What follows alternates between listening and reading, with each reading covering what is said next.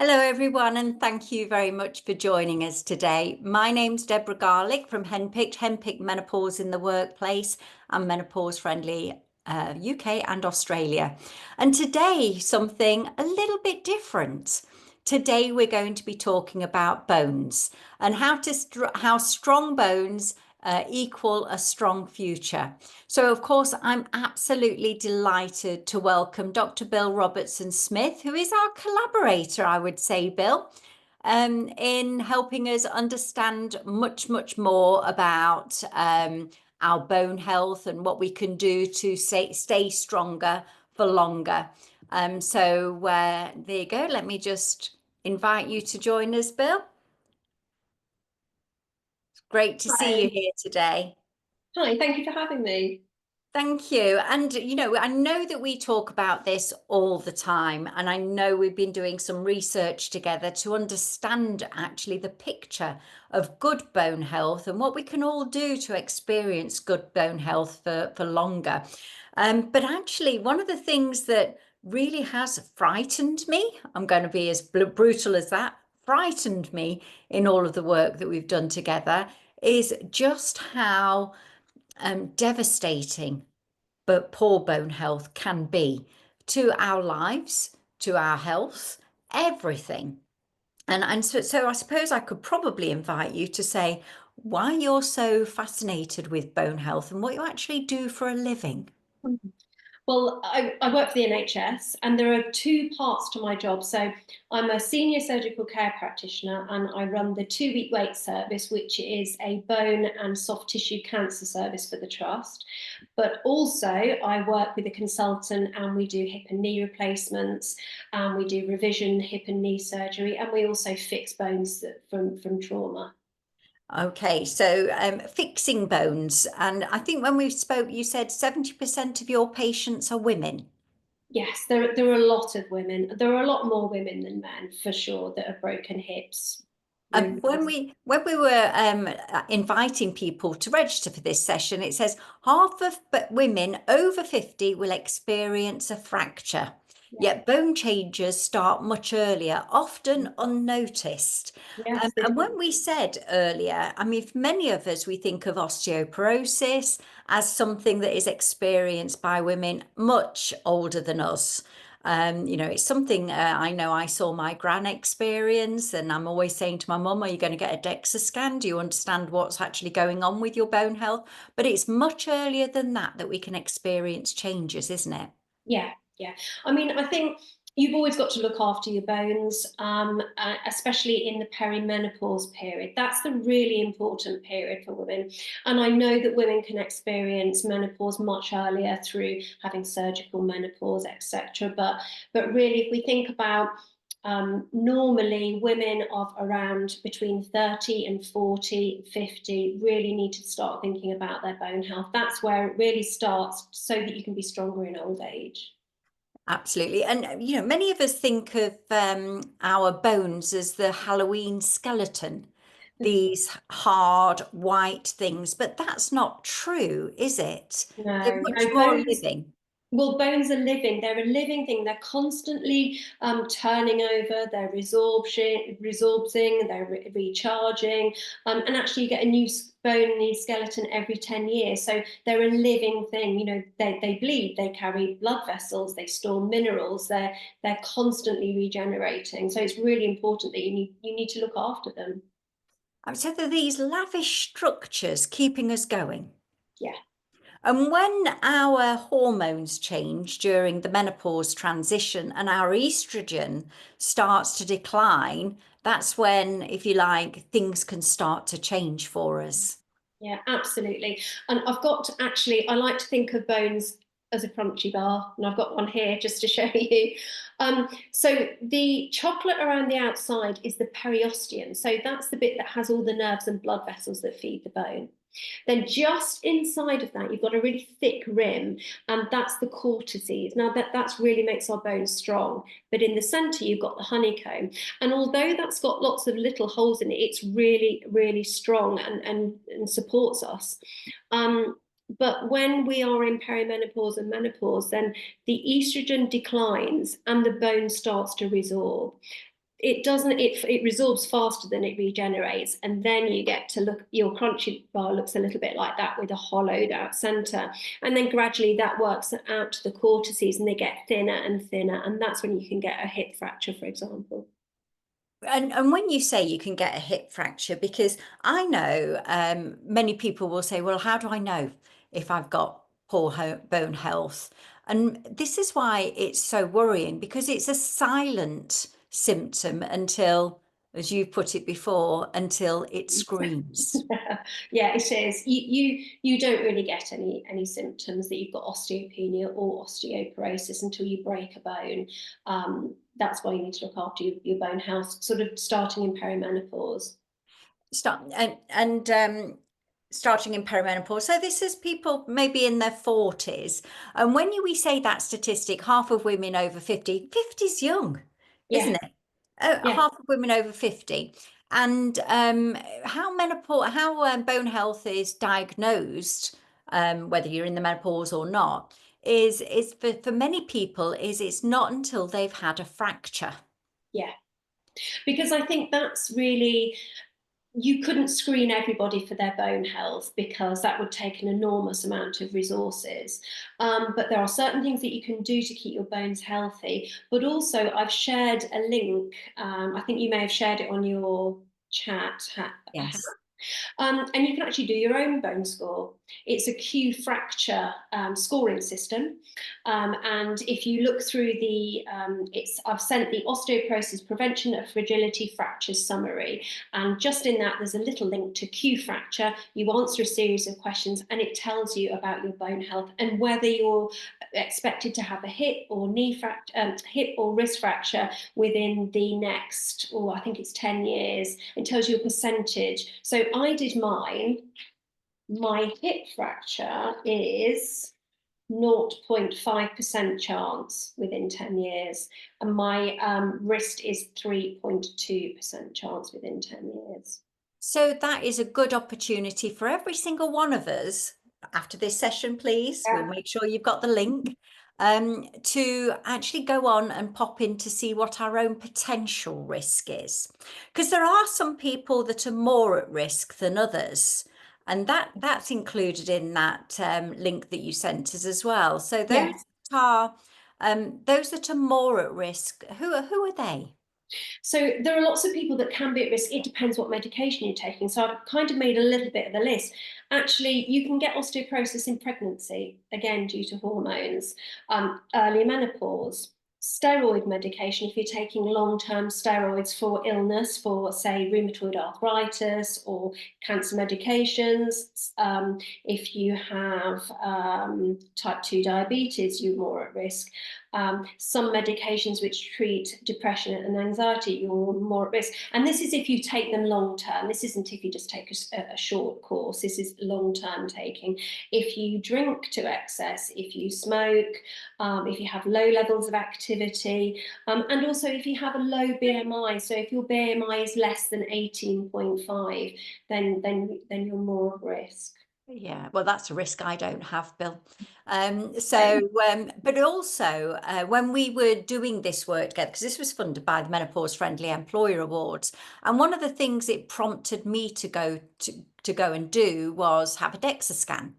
And I took a DEXA scan around about, well, it was just over 5 years ago, and we compared my results when I took it on the 18th of October again. And it was actually quite interesting because I'm kind of, well, I think I'm 59 and 44 weeks old. So my estrogen is post-menopause, isn't it? But one of the things that we found was interesting, rather than my bone health going down, my bone health had actually increased, the density had increased in my spine. Yeah. Which I was actually very impressed. I mean, with that one, if I take a test, I always like to smash it. I've still got some work to do in one of my left hips, but people can also go private and have a DEXA scan if it's not offered to you in the NHS, can't they? Yeah, because I think in the NHS it's only offered to you if you've broken a bone. above 50. I mean, I could be wrong, but I think that that's what it sets out in this osteoporosis prevention of fragility fractures. And can I just mention that a fragility fracture isn't your normal fracture that you might, when you're 20, trip over and break your wrist. That's not a fragility fracture. A fragility fracture is when you are menopausal, in a menopausal state, or you take steroids and you just have a fall from standing height. It doesn't have to be a trauma. You know, it's not a car accident, it's not a fall downstairs, it's just a very low, we call it a low energy injury. And so that's really important, that it's not the same as if you break a bone when you're a kid. Thank you. And we'll come on to some of the things that you can do to build your bone health. But one thing that, as you were saying, that I think it's worth us talking about is those fragility fractures. They can happen at any time. It doesn't necessarily, as you say, have to be a trauma. But many people, and I know this is what you do, Dr. Bill, is do things like hip replacements. And I was quite surprised to see that actually that can actually cause damage as well, fractures around the implants. Yeah, so if we do a hip replacement for arthritis, for example, that's quite a bog standard operation that we do. But as you say, and if you had a hip replacement when you were 60, for example, as you get older, the bone, the crunchy bar, it's getting thinner. So the bone around that metal hip replacement is getting thinner. So you would only have to trip in the garden. I've heard that many times. Well, he just tripped in the garden, she just tripped in the garden, and they've broken the bone around that hip replacement. And we call that a peri-prosthetic fracture. So peri is around, prosthesis is the hip replacement, and that to fix is a big undertaking, unfortunately, for the patient, and with a big cut, with lots of blood loss. It's it's a couple of hours during surgery at a time when you're most frail. Absolutely. And, for me, it's a how do we stay off your table? No disrespect, Bill. But we can do an awful lot at any time of our lives, but it becomes particularly important during the perimenopause stage. And I would also say for anybody that has experienced early menopause, really, as you said earlier, there's a bigger risk there. So when it comes down to the practical steps we can all take, I'm going to go down the medical route first of all, because many of us do take HRT. I've taken HRT for 14 years, and I know that my gran had osteoporosis and kind of shrunk to a little bird. She was very frail. But HRT is what's recommended by the NICE guidelines as the first port of call for bone health. Yeah, I mean, it's the estrogen factor is the primary thing, because as I said before, estrogen prevents the resorption of the bone. So if you don't have estrogen, the bone resorbs, so you get the hollow in the crunchy bar. But if you do have estrogen, then it stimulates the bone building. It has less resorption, and your bone will still look like that. Progesterone and testosterone also have their part to play. So it's the kind of orchestra of hormones that really play a part in bone health. But estrogen is known to be a primary, the better of the hormones for bone health. And I'm surprised. I'm sure there'll be some people listening to this, because when we talk about HRT, we generally talk about managing symptoms, and whether that's physical symptoms or psychological symptoms, that's what we associate it with. And for every single individual, when they're thinking about, well, what can I do to manage my health, whether that's symptoms and long-term health, that extra level of long-term health needs to be considered in the risk benefits equation, doesn't it? Yeah. And I think that long-term health, it doesn't really matter when you start, because I think you can start at any age. If you're 60, if you're 70 and you think, actually, I want to improve my bone health, then, look at your diet, look at what you're eating.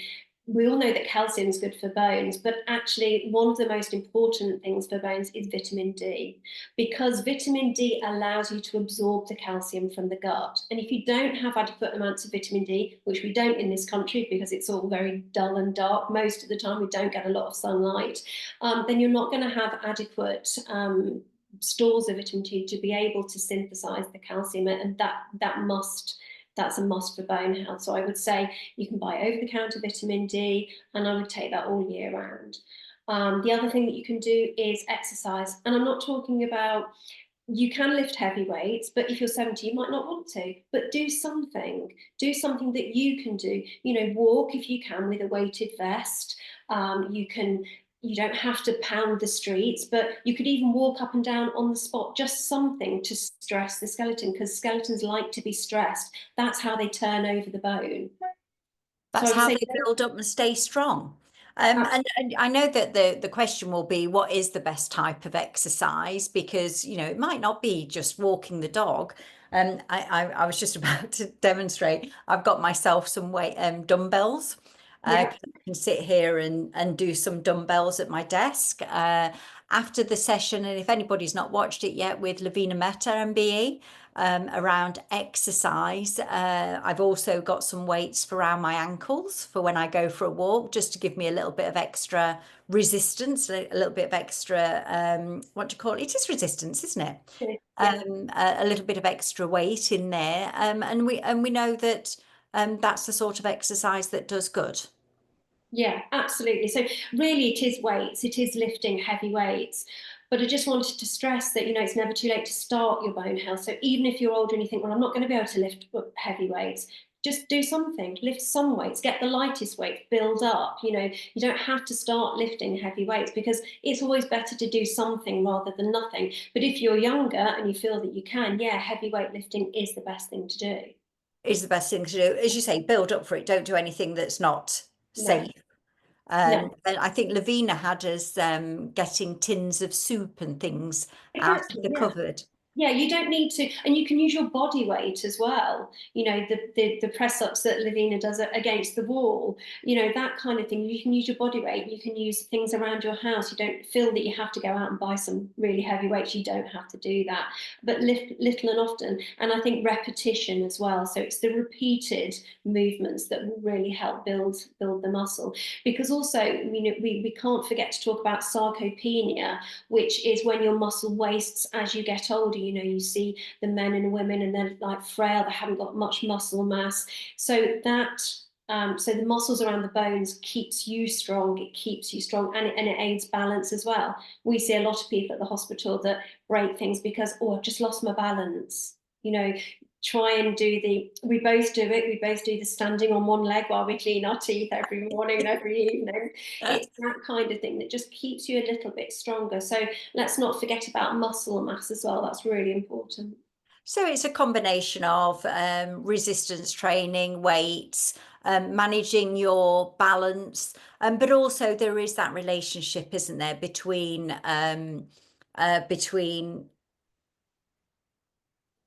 where did I go with that one? There is that connection between muscles and bones.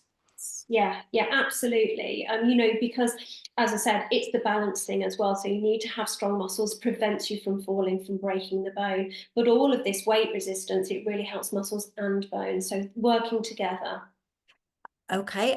One thing that I just had my lunch, and I was saying, oh, that was a really nice bone health lunch, because I'd got all of my protein, and Nigel Denby's always talking about the things that we need to eat, and you've covered off the supplements around vitamin D.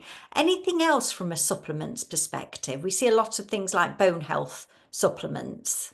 Yeah, I mean, the bone health supplements will have the supplements that you need for bone health, but from my point of view, and what we would say at the hospital would be to take vitamin D as the supplement that you would need. Yeah. The biggest That one. would, I would say absolutely vitamin D. Yeah, I mean, Nigel Denby would obviously, that's his area of expertise, and so he'd be able to talk more about that. But from a bone health point of view, that's what we would talk about at the hospital, would be vitamin D. And I know the big question there is how much vitamin D do you take? Because I took my supplements, and actually since after I talked to you, because when you say about, at this time of year, it can be August in the Yes. UK and you get no sunshine. But I moved from 1,000, is it? International units, yeah, IU, yeah. I use to I take three now. Yeah. So I take 10,000 international units. Wow. But I'm fit and healthy. I don't have any other medical conditions. So you do need to speak to your doctor about the safe amount for you. I know the NHS, they only recommend 400 international units, which it Wow. doesn't seem to be very much. But then I looked on the Royal National Orthopaedic Hospital website, and they recommend up to 10,000 units is safe. But you do need to talk to your doctor because it depends what other health conditions you have. Yeah, and I know we're getting questions about bone balance as a supplement. I think that's collagen. Yeah, now collagen, that's a funny one because there isn't actually much in support that taking collagen that helps. I know everybody likes to take it because they do, but I don't think that there isn't a lot of literature out there to say that it would help. And of course, the brands would say that their brand helps, and they've done their own studies, but generally the literature isn't there to say that it would support. No, but vitamin D is going to do it every time, isn't it? And we are getting people saying 10,000 units, what, a week? But you were saying a day. Yeah, but you must speak to your doctor because there are other effects that it can have on other medications. I take that because I'm fit and well and I don't take any other medications. But if you want to speak to your doctor about what would fit in with your regime of medications, that's what I would suggest to do. Don't just start taking it. You need to speak to a professional about it. Fabulous, thank you. And before we go to Sharon, who's been looking after all of the questions, just to recap then, bone health, you can do a lot about it. You Yes. can, and we've seen people reverse poor bone health. Especially osteopenia. If you've just got the beginnings of osteoporosis, if you like, so a lower density than you should have for your age, that's osteopenia, that's the difference. So you're not quite at osteoporosis yet. That can easily be reversed with diet, exercise, replacing lost hormones. Wonderful. But the best, with as always, prevention is better than cure. Absolutely, yeah. Fabulous. Sharon, it looks like you've had a lot of questions there. Yes, as always, lots of sharing and storytelling and people talking about their own experience and supporting each other. So thanks everyone, as always, for that. One of the questions that has come in is about how often should somebody be having a DEXA scan? What's the recommended timescale? If you've had one previously, how soon should you ask for another if you've got some concerns? About every 5 years is normally recommended from primary care. Yeah, okay, fantastic. Well, thank you very much for that. And there are some people asking about the link. So I've put it in the chat a few times and I'll put it in again. I think you have to look within the page Yes. as to where that particular Yeah. So I don't know if you can give us any advice So it says where to find it on that page, because it is quite extensive, and I did have a quick look, but then I had to keep coming back to the chat. So so it will be under it talks about a 10-year fragility fracture risk score, and then it gives you the link using Q fracture. I bet you could even put that into Google Q fracture, and I bet it would come up with the score. Amazing. Just looking right now. Q factor, as in Q. Let's fracture. Q fracture. Capital Q, capital F. Got it. Yeah. There we go. Somebody's very kindly put it into chat as well. So beat me to it. Yeah, thank you everyone for this. Doesn't look that friendly, but it's just a tick box, isn't it? Absolutely, yeah. And it's just about which medications you take and things like that. And then it should give you your percentage of potential fracture within a 10-year period. Right, that's one to do straight after this session for me then. Yeah, definitely, because it's close to my heart as well, because my mum has osteoporosis quite severely, and it's why I took up the strength training. I've got my vest. Somebody asked about a vest, so I've got one here in my office that I put on when and also I'm standing as well, so try to stand as much as possible. And it is that impact, isn't it, of you know, if you can do star jumps, I know it's not always great for our pelvic floor, so you have to be, you know, a bit mindful of that. But it is the impact that can be really helpful, but also the building of the muscles. Yeah, it's the stress on the skeleton. That's why the skeleton likes running rather than walking. You know, not everybody can run, but that's what the skeleton likes, because it's that impact. I think Lavinia's talks about stomping upstairs. So that's a good one if you can do that. Yeah, and hopping. I've started hopping.